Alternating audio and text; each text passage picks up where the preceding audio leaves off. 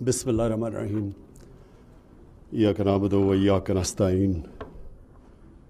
Speaker national assembly, federal ministers, service chiefs, خواتین و حضرات, ممبرز آف ڈپلومیٹک کمیونٹی, سب سے پہلے معید میں آپ کو اور نیشنل سیکورٹی ڈویژن کو خراج تحسین پیش کرتا ہوں کہ آپ نے بڑی محنت کر کے ایک کنسنسس ڈاکیومنٹ ڈیولپ کی اور آپ نے نیشنل سیکورٹی کو صحیح معنی میں ڈیفائن کیا, کیونکہ ہماری جو پاکستان کی ایولیوشن ہوئی وہ ایک بڑی انسیکیور انوائرمنٹ میں ہوئی اور ہماری جو نیشنل سیکورٹی تھی وہ ون ڈائمینشنل ہو گئی, اور انڈرسٹینڈبلی کیونکہ ہمارا ایک نیبر جو 7 گنا زیادہ بڑا تھا, تو اس میں جو یہ انسیکیورٹی آئی پہلے سے ہی, جو 1948 میں پہلی ان کے ساتھ کانفلکٹ ہوئی اور اس کے بعد 65 میں, تو وہ جو سارا ہمارا مائنڈ سیٹ تھا وہ صرف ون ڈائمینشنل تھا کہ ہمیں ملٹری سیکورٹی کی ضرورت ہے. اور یہاں میں آج ضرور اپنی سیکورٹی فورسز کو خراج تحسین پیش کروں گا کہ اس کے باوجود کہ ہماری بڑی تھریٹ تھی اور بڑا ملک تھا ان کا, جس طرح انہوں نے ہمیں سیکیور رکھا.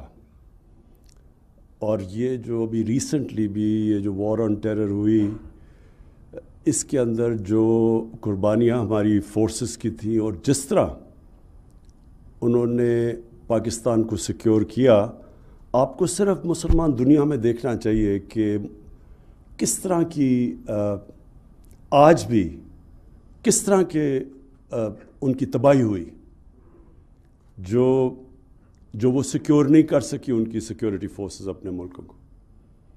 اور آپ اوپر سے لیبیا سے شروع ہوں, صومالیہ, سیریا, افغانستان, بوسنیا سے شروع ہوا تھا 90s میں.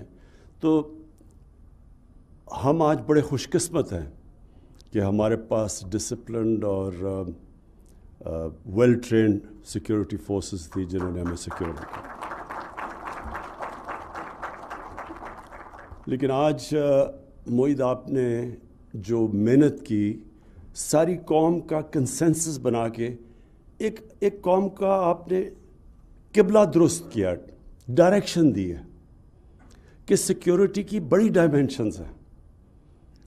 اور اگر صرف ون ڈائمینشنل ہو تو ہمارے سامنے سوویت یونین کا ایک مثال ہے کہ دنیا کی سب سے تکڑی فورسز بھی ایک سوویت یونین کو اکٹھا نہ رکھ سکی. تو یہ جو آپ نے ایک آل انکمپسنگ ملٹی ڈائمینشنل جو سیکورٹی پالیسی دی ہے, یہ میں اب ہماری ساری کوشش ہے کہ جو ہماری ساری گورنمنٹ ہے, پبلک ہے, وہ سب ایک ڈائریکشن میں جائے. اکانومی, اگر آپ کی اکانومی صحیح نہیں ہے تو آپ اپنے آپ کو سیکیور دیر تک کر ہی نہیں سکتے. اگر آپ کی اکانومی کی یہ حالات ہیں کہ ہر تھوڑی دیر کے بعد آپ کو IMF کے پاس جانا پڑتا ہے, تو اس کا مطلب آپ کی سیکیورٹی متاثر ہوگی. اور اس کی وجہ کیا ہے کہ کبھی بھی ایک کوآرڈینیٹڈ نیشنل سیکیورٹی کا ہمارا کانسیپٹ نہیں آیا. اور اکانومی کے اندر بھی کبھی بھی یہ سمجھ نہیں آئی کہ ہم نے اپنے آپ کو اکنامکلی سیکیور کرنا کیسے. گروتھ ریٹ ہماری اوپر جاتی تھی, کرنٹ اکاؤنٹ ڈیفیسٹ ہو جاتا تھا. کرنٹ اکاؤنٹ ڈیفیسٹ ہوتا تھا, روپے پہ پریشر پڑ جاتا تھا. روپے جب نیچے جاتا تھا IMF کے پاس جانا پڑ جاتا تھا. اور جب بھی آپ IMF کے پاس جاتے ہیں, IMF کے پاس اس لیے جاتے ہیں کہ آپ مجبور ہیں to go to the bank for the last resort. جو آخر میں آپ کی مدد کرنے والا ہے وہ IMF رہ جاتا ہے, جو سب سے سستے قرضے دیتا ہے آپ کو. تو آپ کی مجبوری ہو جاتی ہے, لیکن ان کی آپ کو شرائط ماننی پڑتی ہے. اور جب آپ شرائط ان کی جو مانتے ہیں, تو پھر آپ کا کہیں نہ کہیں آپ کی سیکیورٹی کمپرومائز ہوتی ہے.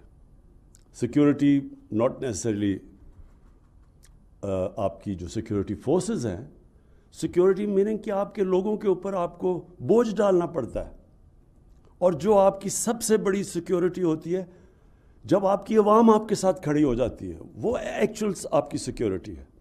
جب آپ کی عوام سٹیک ہولڈرز بن جاتی ہے ایک ملک کو بچانے کے لیے.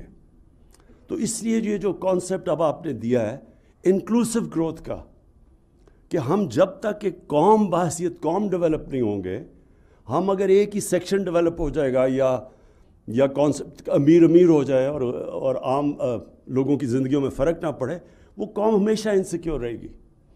سیکیورٹی تب ہوتی ہے جب ایک انکلوسیو ڈیولپمنٹ سب سمجھتے ہیں کہ ہم اس قوم کا حصہ ہیں. تو یہ جو آپ کا جو کانسیپٹ ہے انکلوسیو گروتھ کا، یہی جب میں مدینہ کی ریاست کی بات کرتا ہوں تو وہ پہلی دفعہ یہ کانسیپٹ آیا تھا انکلوسیو گروتھ کا. پہلی دفعہ دنیا کی تاریخ میں فیصلہ کیا گیا کہ ہر کمزور طبقے کی اسٹیٹ ذمہ داری لے گی. جو کانسیپٹ ویلفیئر اسٹیٹ کا آج ہے، جو میں سمجھتا ہوں کہ اسکینڈینیوین ملکوں میں دنیا میں اگر وہ اسلامک کانسیپٹ ہے ویلفیئر کا، وہ سب سے زیادہ جو میں نے دنیا دیکھی ہے اسکینڈینیویا میں ہے.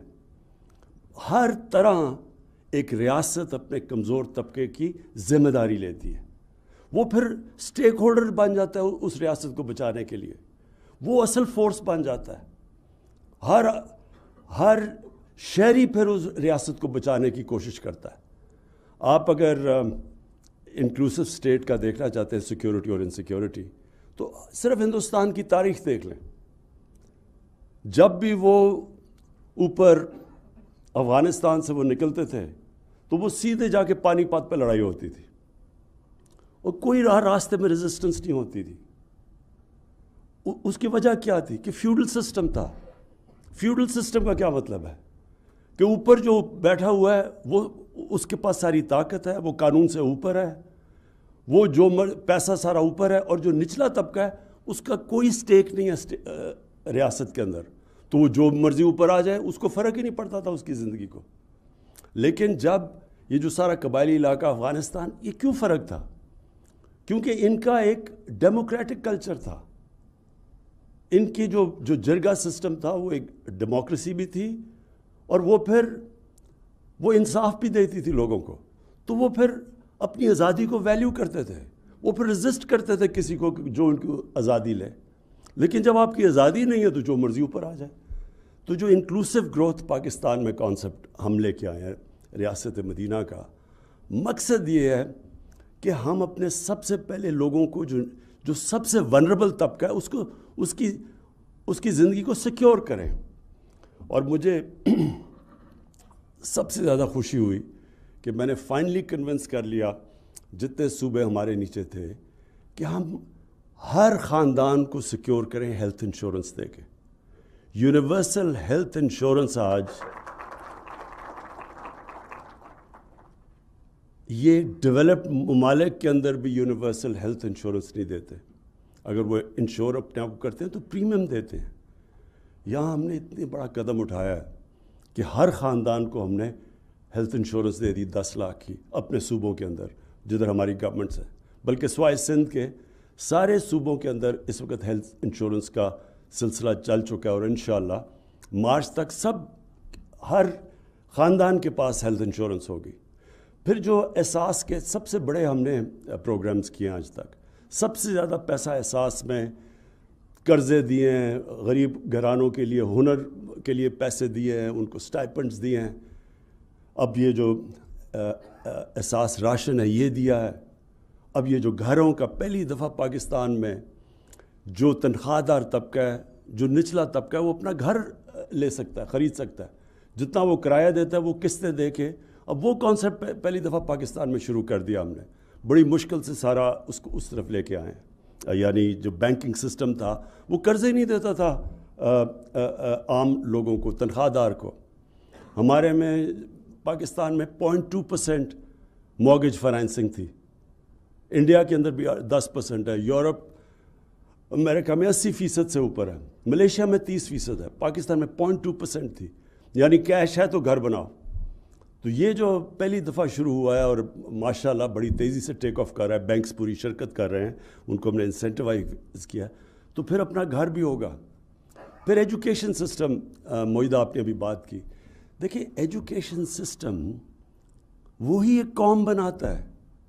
ہمارا ایجوکیشن سسٹم میں جو کلونیل ایجوکیشن سسٹم تھا، انگلش میڈیم، وہ تو تھوڑے سے لوگوں کو انہوں نے بنایا تھا جن کے ذریعے انہوں نے ساری ہندوستان کے اوپر حکومت کی تھی. تو وہ سسٹم بجائے ہم سنتھسائز کرتے، ایک نیشنل کریکولم بناتے. 3 ٹیئر سسٹم آ گیا، ایک انگلش میڈیم، پھر اردو میڈیم اور پھر دینی مدرسے. 3 پیرل سسٹم چلنے شروع ہو گئے پاکستان میں. اس کے بڑے کانسیکوینسز ہیں سوسائٹی میں. کبھی بھی سوسائٹی کے اندر اس طرح کی آپ 3 ٹیئر سسٹم نہیں کرتے. اور اس کے اندر بھی کلاس آ گئی، سب سے پیسے والے اوپر، اس کے بعد نچلے، اور پھر جو سب سے ڈپرائیوڈ قید ہوئے تھے وہ تیسرے ٹیئر میں چلے گئے. اس کے بڑے کانسیکوینسز ہیں. 25-26 لاکھ بچے دینی مدرسے میں، کوئی 3.25 کروڑ بچے اس میں اردو میڈیم میں، اور 8 لاکھ بچے انگلش میڈیم میں. تو یہ سسٹم ایک تو اس بالکل ناانصافی کے اوپر بلٹ ہے. ہم ایجوکیشن اپارٹھائڈ پیدا کر رہے ہیں، پھر 3 ڈفرینٹ کلچر بنا رہے ہیں. قومیت کیسے آئے؟ ایک ملک ایک طرف کیسے جائے؟ تو پہلی دفعہ اور بڑی مشکلوں سے ہم نے ایک نیشنل کریکولم کلاس 5 تک لے کے آئے ہیں کہ کور سلیبس، کور کریکولم سب کے لیے ایک ہی ہے کلاس 5 تک، اور اس کے بعد انشاءاللہ اوپر لے کے جائیں گے. جو چیلنج ہے پاکستان کا وہ ہے رول آف لا. یہ کوئی بھی دنیا کا آپ ملک دیکھ لیں، وہ خوشحال ہو ہی نہیں سکتا رول آف لا کے بغیر. دنیا کی تاریخ اٹھا کے دیکھ لیں. رومنز جب سب سے دنیا کے اوپر ان کا جب ایمپائر تھا تو رومن لاز تھے، باقیوں کو وہ باربیرینز کہتے تھے. جس طرح آج ہم بنانا ریپبلکس کہتے ہیں. بنانا ریپبلک کیا ہے؟ اس لیے تو غریب نہیں ہے کہ ان کی وسائل کی کمی ہے، اس لیے کہ ان کے رول آف لا نہیں ہے. یہ جو رول آف لا ہے، یہ اس کا اگر فرق آپ نے دیکھنا چاہیے نا، کہ ایک خوشحال معاشرہ اور ایک معاشرے میں غربت ہے، وہ ایک ہی چیز ہوگی کہ ایک میں رول آف لا نہیں ہوگا. یہ مدینہ کی ریاست میں سب سے پہلے جو رول آف لا آیا تھا وہ نبی صلی اللہ علیہ وسلم لے کے آئے تھے کہ کب بڑی قومیں تباہ ہوئیں جدھر طاقتور کے لیے قانون اور کمزور کے لیے دوسرا، یعنی کہ جدھر رول آف لا نہیں ہے. اور میری بیٹی بھی اگر جرم کرتی ہے تو سزا ملے گی، کوئی قانون سے اوپر نہیں ہے. یہ کانسیپٹس ہیں. آج آپ کسی بھی پراسپرس معاشرے میں چلے جائیں. سوئٹزرلینڈ ہے، سوئٹزرلینڈ کو کمپیئر کریں اپنے ناردرن ایریاز سے. میں سوئٹزرلینڈ سارا دیکھا ہوا ہے، آسٹریا دیکھا ہوا ہے. کوئی مقابلہ ہی نہیں کر سکتا ہمارے ناردرن ایریاز کا. دگنا سائز ہے ہمارا ناردرن ایریاز کا سوئٹزرلینڈ سے. ان کی صرف ٹورزم سے کوئی $60 ارب ان کی انکم ہے. ہمارا سارا ناردرن ایریا پڑا ہے، ہم نے کبھی اس کو ٹیپ ہی نہیں کیا. کیا وجہ ہے سوئٹزرلینڈ آگے نکل گیا؟ آپ اگر ایک چیز دیکھیں گے وہاں رول آف لا، کوئی قانون سے اوپر نہیں ہے، ادارے مضبوط ہیں. کچھ صرف ٹورزم اور دودھ اور مکھن وغیرہ سے وہ کہاں سے کہاں پہنچ گئے، اور ٹیکنالوجی سے، تعلیم سے. ہمارا اس وقت سٹرگل یہ ہے کہ ہمارے رول آف لا آہستہ آہستہ ایروڈ ہوتا گیا، اور رول آف لا نہ ہونے کی وجہ سے ہمارے کارٹلز بن گئے. اور میں آپ کو یہ مثال دیتا ہوں کہ کارٹلز کا کیا سچویشن ہے. ہر ملک میں ریگولیٹرز ہوتے ہیں. ریگولیٹرز کا کام ہوتا ہے کہ پبلک کے انٹرسٹ کو پروٹیکٹ کرنا. جو بھی ریگولیٹر ہوتا ہے وہ مثلا کمپٹیشن کمیشن ہے، اس کا کام ہے مونوپلیز کو روکنا اور آرٹیفیشلی جو ہورڈنگ کر کے قیمتیں اوپر بڑھا دیتے ہیں، عوام کا انٹرسٹ پروٹیکٹ کرنا. جس طرح SCCP ہے، جس طرح اسٹیٹ بینک ہے، یہ سب ریگولیٹرز ہیں. میں نے ریگولیٹرز کی میٹنگ بلائی. میں نے ان کو کہا کہ جو جس طرح کا آپ کا کام ہونا چاہیے وہ نہیں ہو رہا، آپ پبلک کا انٹرسٹ نہیں پروٹیکٹ کر رہے. انہوں نے مجھے جو جواب دیا وہ آپ سمجھیں کہ رول آف لا کی کتنی ضرورت ہوتی ہے ملک کو. انہوں نے کہا ہمارے اوپر 900 کیسز ہیں، 900 اسٹے آرڈرز ہیں. یعنی اسٹے آرڈر کیا ہے کہ ریگولیٹر کو اپنا کام کرنے سے روک دیا کارٹیلز نے. اور کتنا پیسہ عوام کا جو وہ اسٹے آرڈرز کی وجہ سے رکا ہوا ہے, 250 ارب روپیہ. اور اسٹے آرڈر لیے ہوئے ہیں کیونکہ طاقتور ہیں. تو یہ سب سے بڑی اسٹرگل ہے ہمارا جو, اور وہ اسٹرگل کی طرف ہم نکل چکے ہیں. کبھی بھی اس طرح طاقتور کو اس معاشرے نے کوشش نہیں کی قانون کے نیچے لانے کی. اور یہ آپ کی یہ جو اسٹرگل ہے, یہ ہے battle for soul of Pakistan. اور یہ بھی نیشنل سیکیورٹی پر ریفلیکٹ کرتی ہے کہ اس میں بہت زیادہ چیزیں آ جاتی ہیں. کانٹریکٹ انفورسمنٹ ہوگا تو انویسٹمنٹ آئے گی. فورن انویسٹمنٹ کی جو سب سے بڑا امپیڈمنٹ ہے کہ ان کو ڈر ہوتا ہے کہ جب وہ جا کے کہتے ہیں جی ہمیں باہر انٹرنیشنل آربیٹریشن چاہیے, کیونکہ وہ پاکستان کی جسٹس سسٹم کو کہتے ہیں کہ جی ہم اس کو ٹرسٹ نہیں کرتے. یہ بہت بڑی رکاوٹ ہے ہماری ملک کی گروتھ میں, اکانومی میں. 22 کروڑ کی عوام ہے اس وقت. ہمارا جو مارکیٹ ہے پاکستان میں اور ینگ پاپولیشن ہے, یا تو ہر دنیا کی بڑی کمپنی کو آنا چاہیے. سو جو نیشنل سیکیورٹی کی آپ نے بات کی, یہ ایک ملٹی ڈائمینشنل اس لیے ہے کہ سب کو ایک ہی طرف اب جانا ہے. اب میں ایکسپورٹس کی بات کرتا ہوں. پاکستان کی ایکسپورٹس پچھلے 5 سال جو ہمارے آنے سے پہلے وہ اسٹیگنیٹ کر گئی. اب اگر آپ کی ایکسپورٹس ہی نہیں بڑھ رہی, ملک میں ویلتھ کریشن کیسے ہو سکتی ہے, ترقی کیسے کر سکتا ہے؟ کہ جب آپ باہر سے چیزیں زیادہ خرید رہے ہیں اور بیچ کم رہے ہیں تو کوئی ملک بھی آگے نہیں جا سکتا. تو پھر جب ہم نے اسٹڈی کیا تو ریئلائز کیا کہ ہمارے تو جو ساری گورنمنٹ ڈپارٹمنٹس ہیں ان کا تو کوئی کنیکشن ہی نہیں ہے کہ ملک کی ضرورت ہے ایکسپورٹس بڑھانی, اور وہاں امپیڈمنٹس ہیں, رکاوٹیں ڈالی ہوئی ہیں ایکسپورٹرز کے راستے میں. اور رکاوٹیں نہیں, جو فورن انویسٹر آئے اس کے راستے میں رکاوٹیں ڈالی ہوئی ہیں. کہ جب تک اور اب ہم کیا کر رہے ہیں, ہم نے پورا اب ساری ڈپارٹمنٹس کو الائن کر رہے ہیں کی طرف کہ کس طرح ہمارے ملک میں ڈالرز آ سکتے ہیں. وہ کون سی انڈسٹری ہے جو کہ امپورٹ سبسٹیٹیوشن کر سکتی ہے, کس طرح ہم نے چائنا سے کون سی ایکسپورٹ اورینٹڈ انڈسٹری کو ریلوکیٹ کروانا ہے پاکستان میں. ہم نے ایگریکلچر میں کیا کرنا ہے, کیا وجہ کہ ہم اتنا بڑا بل ہے ہمارا پام آئل امپورٹس کا, کیوں سارا ہمارا پاس کوسٹ پڑا ہوا ہے, سمندر پڑا ہوا ہے جدھر پام آئل اگ سکتا ہے. یعنی یہ کبھی بھی چیزیں نہیں ہم نے سوچی کہ ہم کس طرح اپنے ملک میں اپنی ایکسپورٹس اور اپنی یہ جو کرنٹ اکاؤنٹ کا جو باٹل نیک آتا ہے اس کو کیسے دور کر سکتے ہیں. آئی ٹی ایکسپورٹس صرف تھوڑے سے انسینٹیوز دیے اور آئی ٹی ایکسپورٹس 70% بڑھ گئی ہیں اور سب سے تیزی سے بڑھ رہی ہیں, اور سب سے جو فیوچر ہے وہ ٹیکنالوجی میں. کہنے کا مقصد یہ ہے کہ ہم نے جو یہ نیشنل سیکیورٹی پالیسی لے کے آئے ہیں یہ آل انکمپسنگ ہے. اس میں چیلنجز بھی آگے کیا ہیں. پانی کا بڑا چیلنج ہے. پہلی دفعہ گورنمنٹ 10 نئے ڈیمز بنا رہی ہے, اور انشاءاللہ اس کو ہم نے ڈیکیڈ آف ڈیمز بنایا ہے کہ ہم اپنے آپ کو پانی سیکیور کرنے کے لیے یہ جو ہماری ڈیمز ہیں یہ 10 سال تک کمپلیٹ ہو جائیں گی, جس سے واٹر ریزروائر بڑھ جائے گا, جس سے ہماری فوڈ سیکیورٹی کو امپیکٹ آئے گا. دوسرا کلائمیٹ چینج, یہ ایک بہت بڑی تھریٹ ہے. پاکستان ونریبل ہے, ان 10 ملکوں میں سے ہے جو سب سے زیادہ ونریبل ہے کلائمیٹ چینج کے لیے. اور مجھے فخر ہے کہ ہمیں دنیا اب اکنالج کرتی ہے کہ ہم ان ملکوں سے جنہوں نے سب سے زیادہ آگے پروگریس کر رہے ہیں کلائمیٹ چینج کی طرف, کلائمیٹ چینج کے ایفیکٹس کو میٹیگیٹ کرنے کی طرف. یہ بھی نیشنل سیکیورٹی کا حصہ ہے. اور فائنلی جو ہماری ڈیولپمنٹ کی جب انکلوسیو کی ہم بات کرتے ہیں تو ہم ایک تو یہ کرتے ہیں کہ ہمارا جو نچلا طبقہ ہے اس کو ہم نے اوپر اٹھانا ہے اور اس کی پوری کوشش ہے, لیکن ساتھ ساتھ جو ہمارے علاقے پیچھے رہ گئے ہیں, بلوچستان پیچھے رہ گیا, ہماری نیشنل سیکیورٹی کے لیے یہ بھی بہت ضروری ہے کہ بلوچستان کی ہم ڈیولپمنٹ کے اوپر ایکسٹرا توجہ دیں جو ہم نے نہیں دی. ہمارا جو مرج ڈسٹرکٹس ہیں, فارمر قبائلی علاقہ ہے, اس کے اندر جو اکنامک انڈیکیٹرز ہیں, جو ہیومن ڈیولپمنٹ ہے, وہ بہت پیچھے رہ گئی ہے.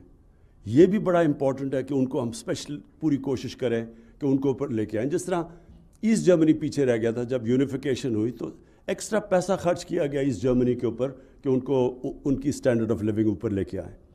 تو اس لیے اور اس طرح گلگت بلتستان اس کا ایک لمبو میں تھا, ان کا سٹیٹس ہی وہاں بڑی ڈسکنٹینٹ پیدا ہو رہی تھی, تو اس کا ہم نے پروونشل سٹیٹس کیا تاکہ وہ بھی ایک اپنے آپ کو فیل کریں کہ ہم بھی پاکستان کا حصہ ہیں. سو ہم جو ڈیولپمنٹ کی انکلوسیوٹی کی بات کر رہے ہیں وہ صرف نچلے طبقے کو اوپر نہیں لانا, بلکہ وہ علاقے جو پیچھے رہ گئے ان کو بھی ہم نے ساتھ ڈیولپ کرنا اور ان کے اوپر پوری توجہ دینی ہے. میں آخر میں پھر معید آپ کو اور آپ کی نیشنل سیکورٹی ڈویژن کو خاص طور پہ خراج تحسین پیش کرتا ہوں کہ آپ نے بڑی محنت کی اور ایک ایسی ڈاکیومنٹ پروڈیوس کی ہے اور نیشنل کنسنسس ڈیولپ کر کے جو ساروں کو اب اورینٹیٹ کر رہی ہے آل انکمپسنگ نیشنل سیکورٹی کی طرف. شکریہ.